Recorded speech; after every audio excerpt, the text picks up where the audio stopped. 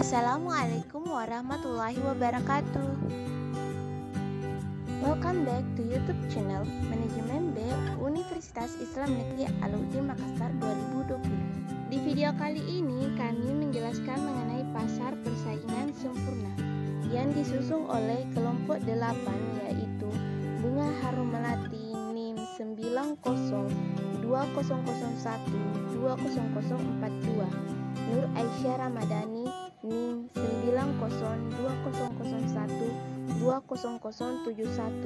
Andi Muhammad Dhani NIM 9020012074, Prodi Manajemen Fakultas Ekonomi dan Bisnis Islam Universitas Islam Negeri Alauddin Makassar, serta yang terhormat Ibu Rusnawati SEMM selaku dosen pengampu mata kuliah Ekonomi Mikro. Selamat menyaksikan video ini, jangan lupa subscribe ya.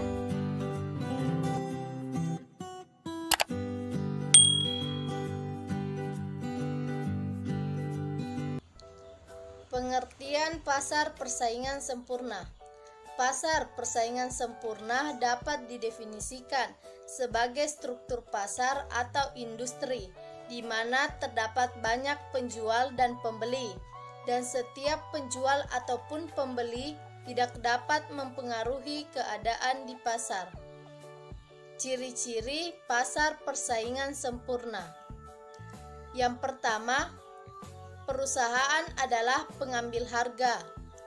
Pengambil harga atau price taker berarti suatu perusahaan yang ada di dalam pasar tidak dapat menentukan atau mengubah harga pasar. Apapun tindakan perusahaan dalam pasar, ia tidak akan menimbulkan perubahan ke atas harga pasar yang berlaku. Harga barang di pasar ditentukan oleh interaksi di antara keseluruhan produsen dan keseluruhan pembeli. Seorang produsen adalah terlalu kecil peranannya di dalam pasar, sehingga tidak dapat mempengaruhi penentuan harga atau tingkat produksi di pasar. Peranannya yang sangat kecil tersebut disebabkan karena jumlah produksi yang diciptakan seorang produsen merupakan sebagian kecil saja dari keseluruhan jumlah barang yang dihasilkan dan diperjualbelikan. Ciri yang kedua yaitu setiap perusahaan mudah keluar atau masuk. Sekiranya perusahaan mengalami kerugian dan ingin meninggalkan industri tersebut, langkah ini dapat dengan mudah dilakukan.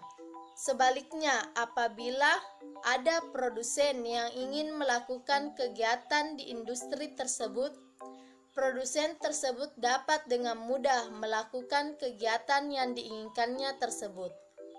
Sama sekali tidak terdapat hambatan-hambatan, baik secara legal atau dalam bentuk lain, secara keuangan atau secara kemampuan teknologi. Misalnya, kepada perusahaan-perusahaan untuk memasuki dan meningkatkan bidang usaha tersebut. Yang ketiga, menghasilkan barang serupa. Barang yang dihasilkan berbagai perusahaan tidak mudah untuk dibeda-bedakan. Barang yang dihasilkan sangat sama atau serupa. Tidak terdapat perbedaan yang nyata di antara barang yang dihasilkan suatu perusahaan dengan produksi perusahaan lainnya. Barang seperti itu dinamakan dengan istilah barang identikal atau homogenus.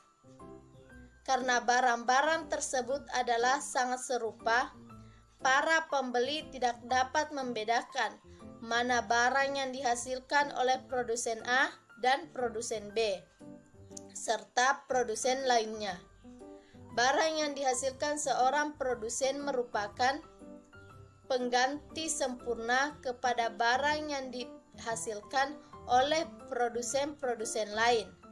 Sebagai akibat dari sifat ini, persaingan bukan harga atau non-price competition, yaitu persaingan dengan misalnya melakukan iklan dan promosi penjualan.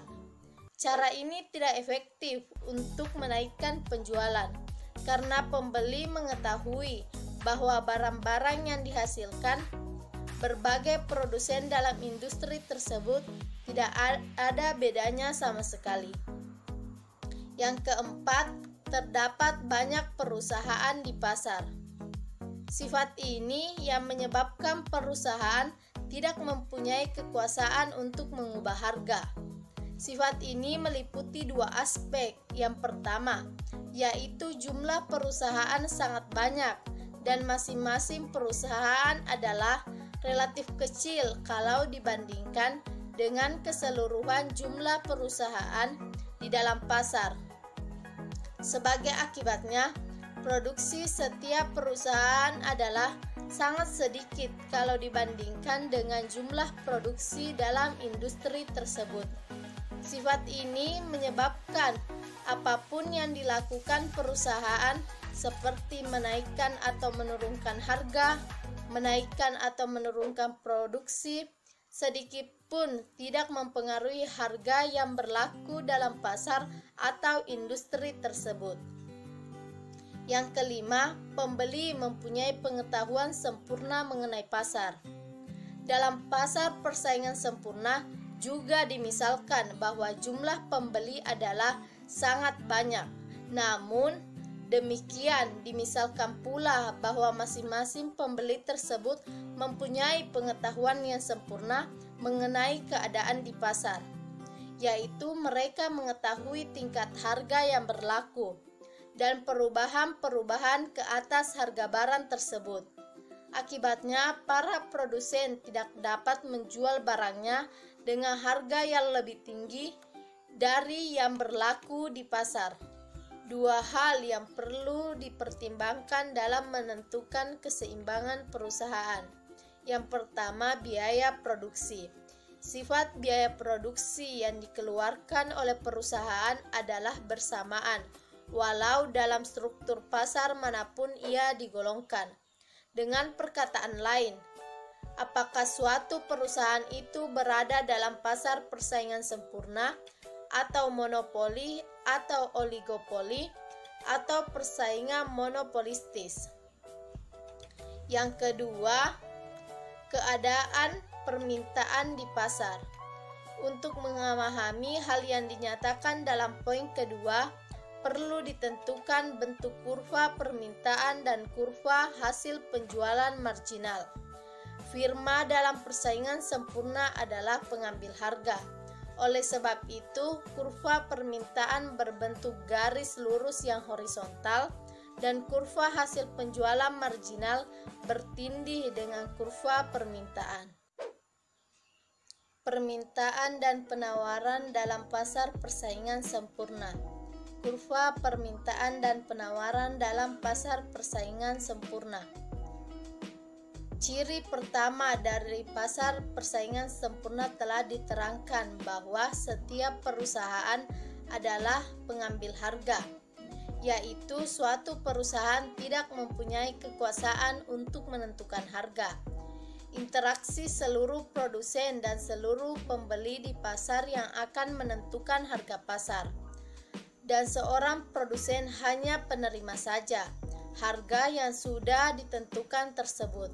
Ini berarti berapa banyak pun barang yang diproduksikan dan dijual oleh produsen, ia tidak akan dapat mengubah harga yang ditentukan di pasar. Karena jumlah barang yang diproduksikan itu hanya sebagian kecil saja dari jumlah yang diperjualbelikan di pasar. Cara menggambarkannya dapat dilihat pada gambar 11.1.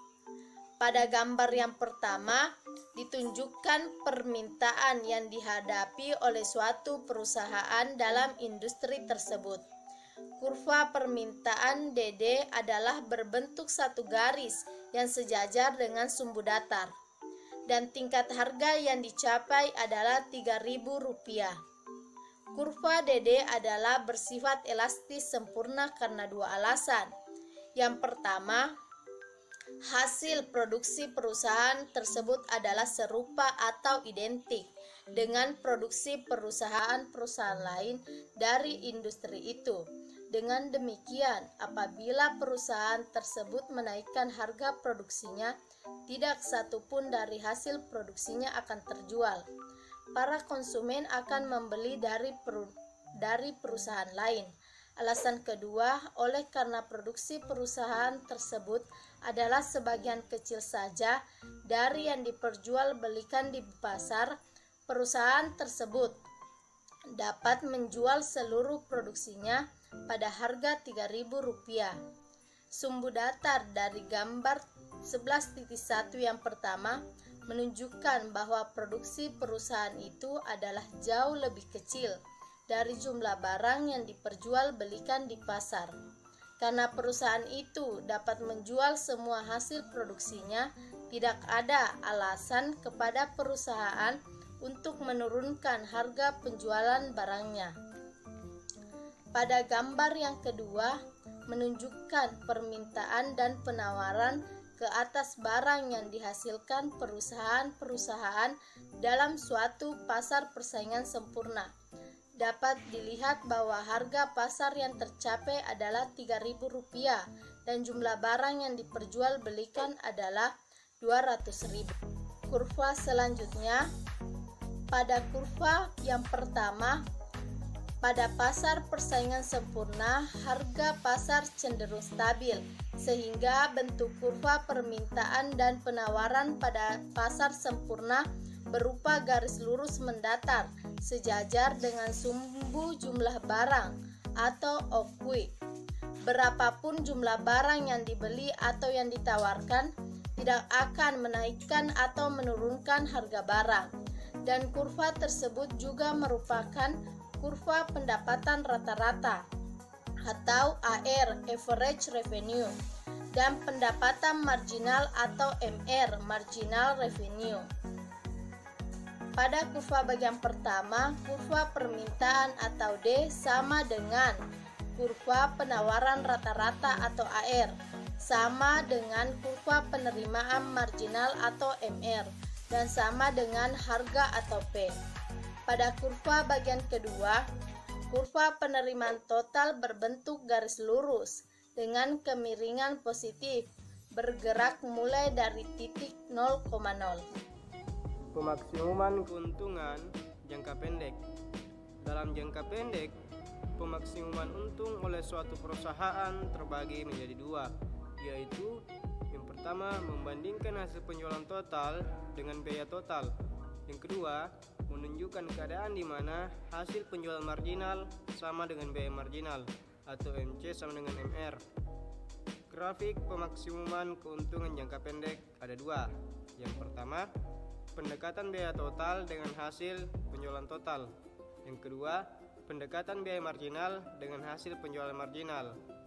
Tabel 11.1, jumlah produksi dan biaya produksi. Dalam kolom 1 ditunjukkan berbagai jumlah produksi yang dapat dicapai. Kolom 2 menggambarkan biaya tetap total, yaitu biaya yang dikeluarkan untuk membeli input tetap yang digunakan dalam proses produksi. Kolom 3 menunjukkan biaya berubah total, yaitu semua biaya yang dibelanjakan untuk membeli input berubah atau tenaga kerja. Kemudian dengan menjumlahkan biaya tetap total dalam kolom 2 dengan biaya berubah total dalam kolom 3 diperoleh biaya total, yaitu seperti ditunjukkan pada kolom 4. Biaya marginal, yaitu tambahan biaya yang perlu dikeluarkan untuk menambah satu unit produksi, ditunjukkan dalam kolom 5. Kolom 6 menunjukkan biaya rata-rata, yaitu biaya tetap dibagi dengan jumlah produksi. Kolom 7 menunjukkan biaya berubah rata-rata, yaitu biaya berubah total dibagi dengan jumlah biaya produksi. Biaya total rata-rata ditunjukkan dalam kolom 8. Biaya ini menggambarkan biaya per unit untuk menghasilkan suatu barang. Tabel 11.2, jumlah produksi dan hasil penjualan. Dalam kolom 1, seperti juga dalam tabel 11.1, menggambarkan jumlah produksi yang dapat dicapai. Kolom 2 menunjukkan tingkat harga barang yang diproduksi, harga seunit tetap Rp150.000 oleh karena produsen tersebut berada di pasar persaingan sempurna. Kolom 3 menunjukkan hasil penjualan total yang akan diterima produsen pada berbagai tingkat produksi. Data hasil penjualan total dalam kolom tersebut dihitung dengan menggunakan rumus berikut, yaitu TR sama dengan P kali Q, di mana TR adalah jumlah hasil penjualan, P adalah tingkat harga, dan Q adalah jumlah produksi. Kolom 4 menunjukkan hasil penjualan rata-rata. Telah diterangkan bahwa dalam persaingan sempurna, harga adalah tetap, walau berapapun jumlah produksi yang dilakukan. Oleh sebab itu, hasil penjualan rata-rata atau AR sama dengan tingkat harga atau P. Kolom 5 menunjukkan hasil penjualan marginal, yaitu tambahan hasil penjualan yang disebabkan oleh pertambahan seunit barang yang dijual. Oleh karena harga adalah tetap, maka hasil penjualan marginal adalah sama dengan tingkat harga. Menentukan keuntungan maksimum dengan kurva biaya dan penjualan total. Pemaksimuman keuntungan dengan menggunakan pendekatan ini ditunjukkan dalam gambar 11.4. Kurva TC atau biaya total dan TR hasil penjualan total dibuat berdasarkan data yang terdapat dalam tabel 11.1 dan 11.2. Kurva TC bermula di atas kurva TR dan ini terus berlangsung sehingga tingkat produksi hampir 2 unit. Keadaan di mana kurva TC berada di atas kurva TR menggambarkan bahwa perusahaan mengalami kerugian. Pada waktu produksi mencapai di antara 2-9 unit, kurva TC berada di atas kurva TR dan ini menggambarkan bahwa perusahaan memperoleh keuntungan. Apabila dibuat garis tegak di antara TC dan TR, garis tegak yang terpanjang yaitu pada keadaan di mana produksi adalah 7 unit, menggambarkan keuntungan yang paling maksimum. Apabila produksi mencapai 10 unit atau lebih, kurva TC telah berada di atas kurva TR, yang berarti bahwa perusahaan mengalami kerugian kembali. Perpotongan di antara kurva TC dan kurva TR dinamakan titik impas atau break even point, yang menggambarkan biaya total yang dikeluarkan perusahaan adalah sama dengan hasil penjualan total yang diterimanya. Perpotongan tersebut berlaku di 2 titik, yaitu titik A dan titik B. Menentukan keuntungan maksimum dengan kurva biaya TC dan penjualan marginal atau MR. Berdasarkan kepada angka-angka yang terdapat dalam tabel 11.2 dan 11.1 dan 11.2, kurva-kurva yang dibuat adalah APC, AC, MC, dan MR.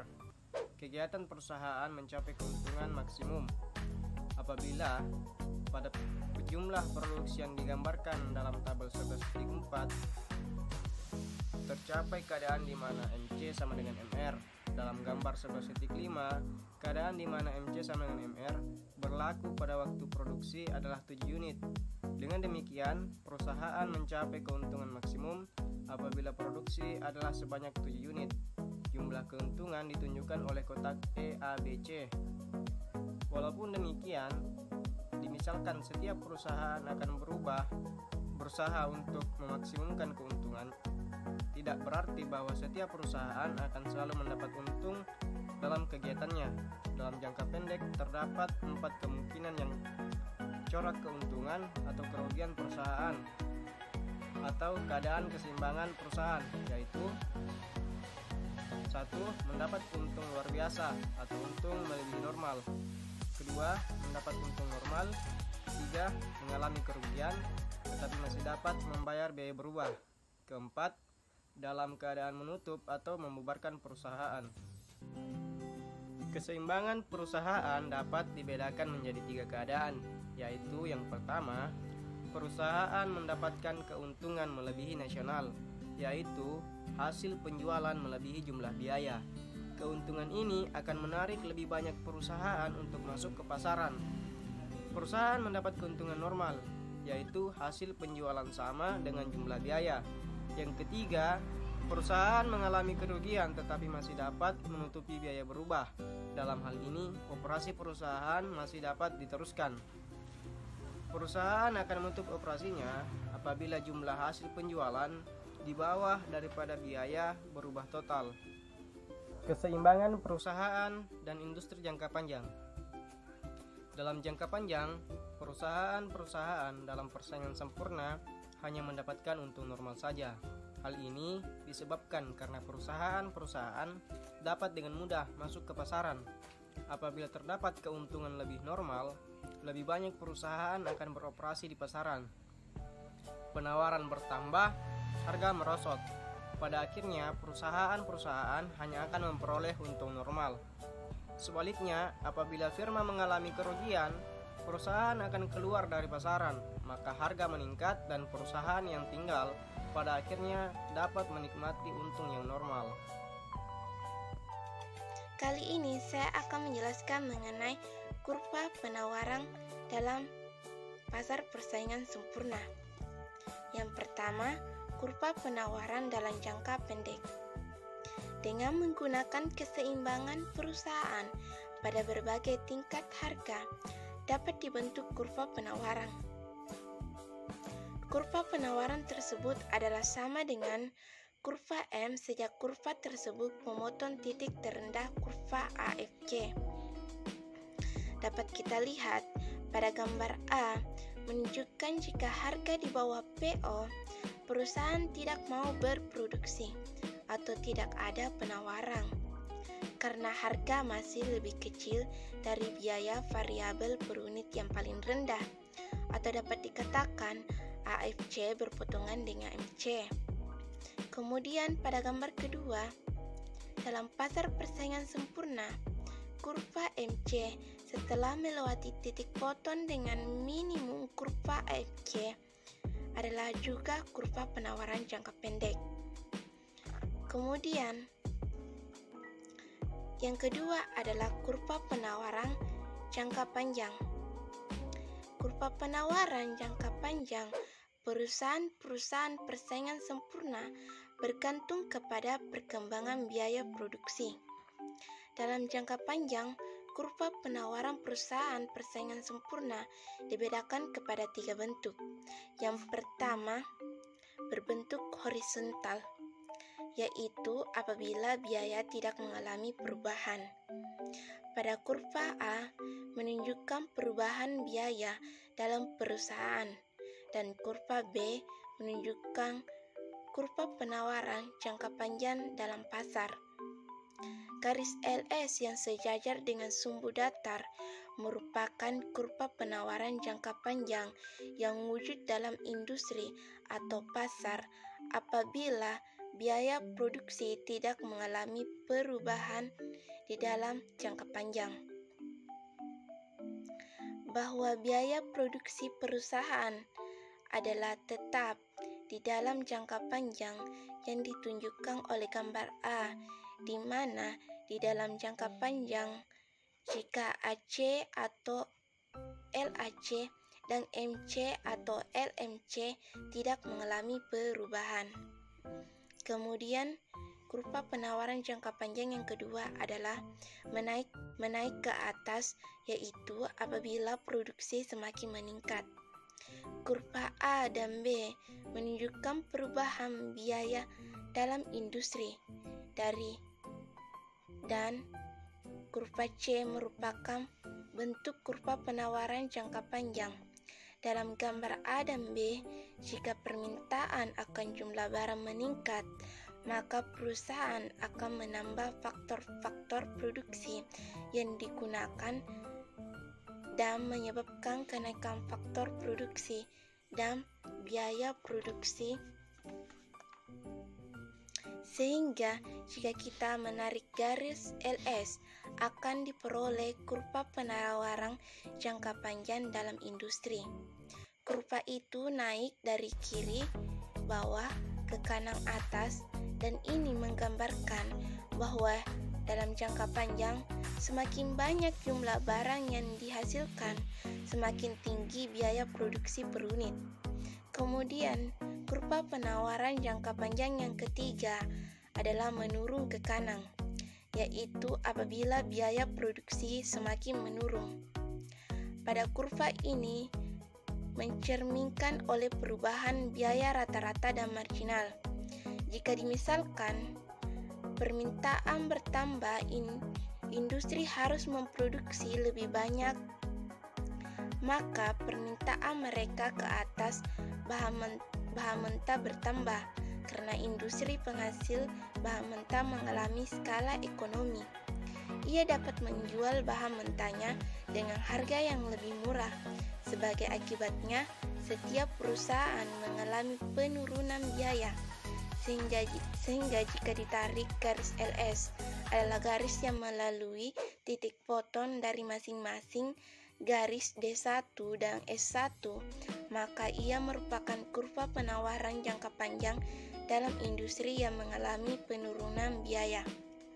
Kemudian, saya akan menjelaskan mengenai kebaikan dan keburukan pasar persaingan sempurna.